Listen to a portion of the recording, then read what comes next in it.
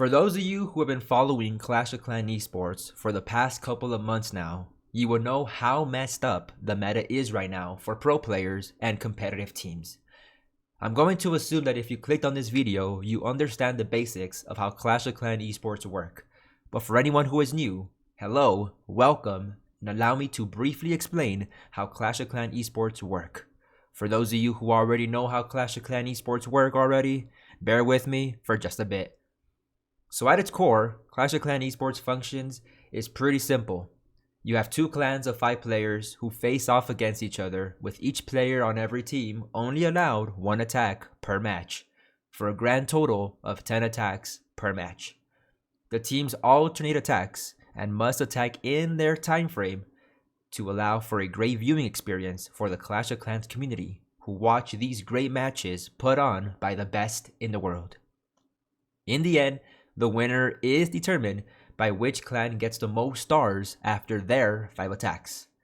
Pretty simple formula, right? Well, however, this is where the current state of how the meta is right now comes into play. It gets a little more complicated than just stars, as the reason why is because the game has become so easy now that getting a perfect war or a match where both teams get 15 stars has now become the norm of Clash of Clans Esports for the current state of the game. So if stars are tied, you would think the match would just become a draw, right? Well, that's where you're wrong. The match winner is then determined by which clan has the lowest attack time, or in other words, which team attacks faster. This not only affects the pro players by making the game a race against the clock, but also a very bad viewing experience for those watching at home. Clash of Clans at its core is a strategy game. There is no doubt about that, but you may be wondering, well, who develops the meta? Who finds the best attack strategies like Sarch and Queen Charge? Well, the answer to that question is actually pretty simple. It's the players, mainly those who are pro though. So in simple words, it can be said that the strategy of the game has always been determined by, well, the pro players. I mean, every time you see a new spell, troop, or town hall introduced into the game, most of the time, it's the pro players. When they get their hands on these shiny new tools, they develop a new meta. However, with how powerful the offense is now, these players are pretty much forced to use, well, attacks that are fast as possible. They use strategies that many would call boring while watching, such as Electro Dragons. I mean, obviously, many pro players, I would say easily 90% of them, would never use Electro Dragons in a Clash of Clans esports match. But with how the meta is now, Electro Dragons, well, is a pretty solid choice for an attack strategy that wants to be fast, especially faster than your enemy clan. Many Clashers get motivation from these pro players to find possibly a new attack strategy that they can fall in love with and use. But when these pro players are being forced to spam troops and use attack strategies that are super fast, it takes away from the core meaning of how Clash of Clans is meant to be played at a more slow pace. Who knows, I wouldn't be surprised if some pro players have hidden super powerful attack strategies they love that they just simply can't even use in war because they may just be too slow. So before, like in Town Hall 15, putting pressure on the other team was caused by getting 3 stars.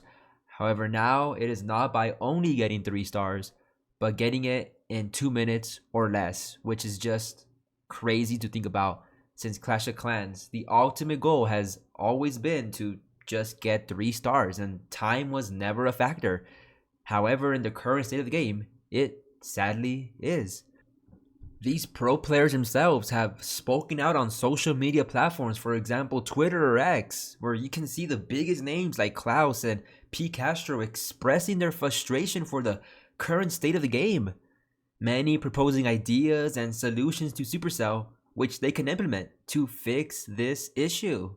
With Clash Worlds 2024 later this year, you begin to question, so what steps are Supercell planning to make to balance the game for pro players and satisfy their needs? Well, Supercell has actually answered and confirmed that they are aware that there is a current issue with the balance of the state of the game.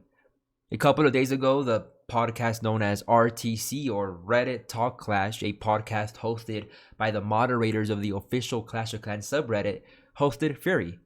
the new community manager for Clash of Clans. Off topic, but for those of you who do not know, Darian, which many would have called the face of Clash of Clans, announced in an official Twitter post on his profile earlier last week that he has decided to leave Clash of Clans and move back to California to be the senior community manager for Uncapped Games. Good luck to Darian, and thank you for everything. So moving forward, Fairy will now be the face of Clash of Clans, which from what I have seen from the Clash On update videos on their official YouTube page, and from what I heard from him from the podcast, I see no reason as to why any Clasher should be worried, as the Clash of Clans community seems to be in great hands with Fairy. Okay, sorry for spinning off the main topic, but now let's go back to what Fairy said in the podcast when he was asked about this issue. So that's why I also mentioned like nerfing or buffing, whatever it is not the solution. So one of the things that it's being asked, and it is something that we are looking at right now, is the pro mode alternative. So also something that came up is kind of like a ban system. We're gonna run some tests internally, see which one is the best one. But again, we're looking at two different things here. One is a more short-term solution, and one is a long-term. Hopefully, I'll be able to update this topic soon. In the podcast, Fairy mentions the Clash team is currently testing two solutions for this issue. One being the implementation of a pro mode, while the other being a ban system. I'm just glad that Supercell not only is aware of this issue, but is currently testing the solution as we speak, which is just fantastic for everyone. Lastly, Fairy mentions how there is going to be a short-term and a long-term solution. Kind of confused. I'm not too sure what he meant by that, but once again, feel free to let me know your ideas in the comment section below. In the end, I just hope for a solution that not only satisfies the pro players, but also the casual players like myself and yourself, in order to keep everyone happy and enjoy the game for many more years to come.